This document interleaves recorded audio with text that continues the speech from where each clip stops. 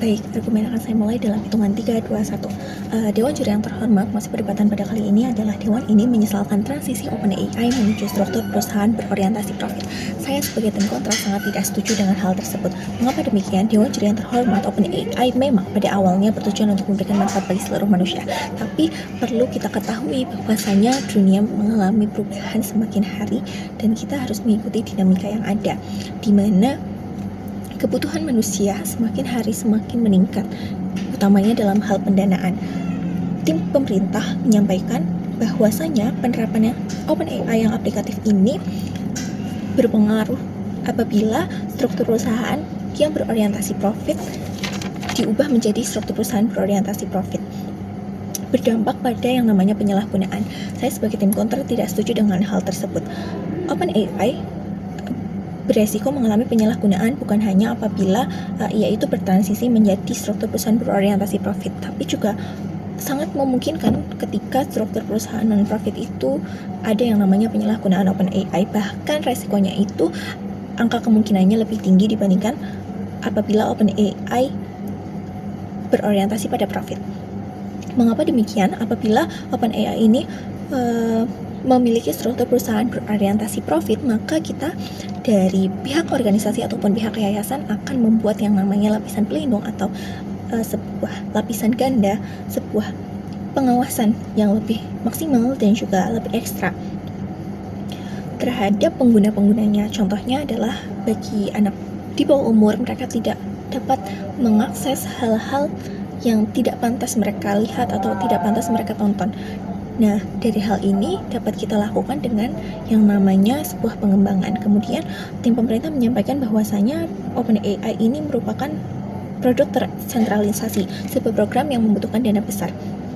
Apabila tim pro juga mengetahui bahwasanya kebutuhan dana yang besar dan juga kebutuhan modal yang besar, maka seharusnya kita ini tidak mempermasalahkan apabila OpenAI bertransisi menuju struktur perusahaan yang berorientasi pada profit, agar OpenAI ini tidak mengalami kerugian dan juga tetap bisa mencapai keselarasan atau keseimbangan yang ada. Apabila kita tetap berpacu bahwasanya OpenAI tidak boleh menggunakan struktur perusahaan profit dan tetap menyesuaikan OpenAI sebagai orientasi non-profit, maka tidak akan ada yang namanya keuntungan yang timbul dari hal tersebut, karena akan terus-menerus dibatasi.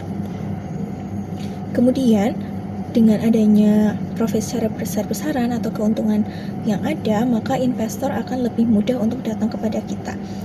Memang ketika crop profit tetap ada investor, dan tidak mungkin apabila terdapat kasus ketiadaan investor, tetapi bukan ketiadaan yang ada, melainkan bahwasanya investor ini akan semakin berpikir ulang dan tidak muncul sebuah minat bahwasanya mereka itu akan bergabung, karena profit yang diberikan ini hanya akan dibatasi dan tidak bisa secara maksimal. Investor akan lebih memilih kepada yayasan ataupun organisasi teknologi besar lainnya yang lebih memberikan mereka jaminan keuntungan yang lebih besar dibandingkan dengan yayasan OpenAI. Nah, dari hal ini akan timbul bahwasanya OpenAI akan mengalami penurunan secara drastis karena OpenAI tidak memiliki suntikan dana secara besar-besaran dan juga ia tidak akan menerima dana secara sukarela. Kemudian poin selanjutnya, saya tidak setuju apabila AI dikatakan hanya untuk kebutuhan ekonomi semata-mata, karena seperti yang kita ketahui sekarang bahwasanya AI ini sangat bermanfaat, contohnya saja kepada para pelajar ataupun para siswa-siswi yang lebih memudahkan mereka dalam proses pendidikan. Dan hal itu bukan hanya untuk memenuhi kebutuhan ekonomi, tetapi kebutuhan pendidikan mereka juga dapat terpenuhi, kebutuhan sosial dan lain hal. Kemudian dari pengawasan ganda yang dapat diberikan apabila kita melakukan pengembangan pada OpenAI, kita dapat menyelesaikan permasalahan mengenai manipulasi psikologis ataupun konflik psikologis dan juga isolasi sosial, karena kita dapat menyesuaikan fitur-fitur yang ada dengan para penggunanya. Kemudian dunia ini semakin berubah dan kebutuhan kita semakin meningkat. Dari kebutuhan yang semakin meningkat ini tidak memungkinkan apabila modal yang dibutuhkan akan semakin besar. Apabila modal yang dibutuhkan semakin besar tetapi profit ini akan terus-menerus dibatasi, maka Hal tersebut akan sangat berdampak besar kepada OpenAI yang tidak mampu bertahan dan juga tidak mampu bersaing dengan organisasi teknologi besar lainnya. Kemudian, mengapa tidak setuju? Yang pertama adalah profit atau keuntungan ini merupakan hak dari para investor tersebut. Yang kedua, mengenai biaya pengembangan yang ada, dan yang ketiga mengenai tujuan sosial yang dijanjikan pada crowd profit ini belum tentu benar-benar dilaksanakan. Memang pada PPC juga belum tentu benar-benar dilaksanakan, tetapi akan lebih tinggi kemungkinannya apabila dari keuntungan besar-besaran yang diterima dapat digunakan untuk tujuan sosial.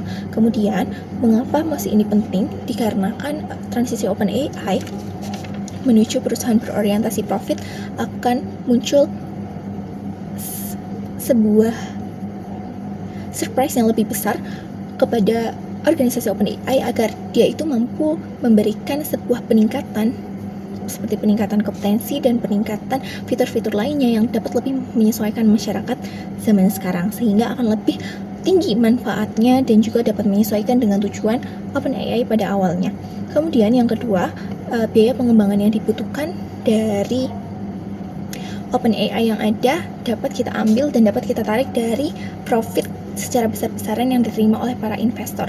Karena apabila investor ini merasa puas, merasa senang, ia akan terus untuk memberikan dan terus berkomitmen untuk memberikan yang namanya modal yang besar bagi perusahaan, dan OpenAI tetap dapat mampu bertahan di era sekarang dan bahkan bisa lebih berkembang dibandingkan organisasi teknologi ataupun gebrakan-gebrakan teknologi lainnya. Kemudian, bagaimana OpenAI ini dapat menjadi sebuah solusi? Kita dapat membuat yang namanya sebuah kesepakatan daripada para investor dan juga yayasan organisasi yang ada mengenai kesepakatan dari profit yang ada. Jadi dari profit yang besar-besaran tetap ada dan tetap timbul yang namanya kesepakatan. Maka dari itu saya sebagai tim kontra sangat tidak setuju apabila OpenAI tidak dapat bertransisi menuju struktur perusahaan yang berorientasi profit, karena belum tentu OpenAI ini dapat menyesuaikan diri di zaman sekarang.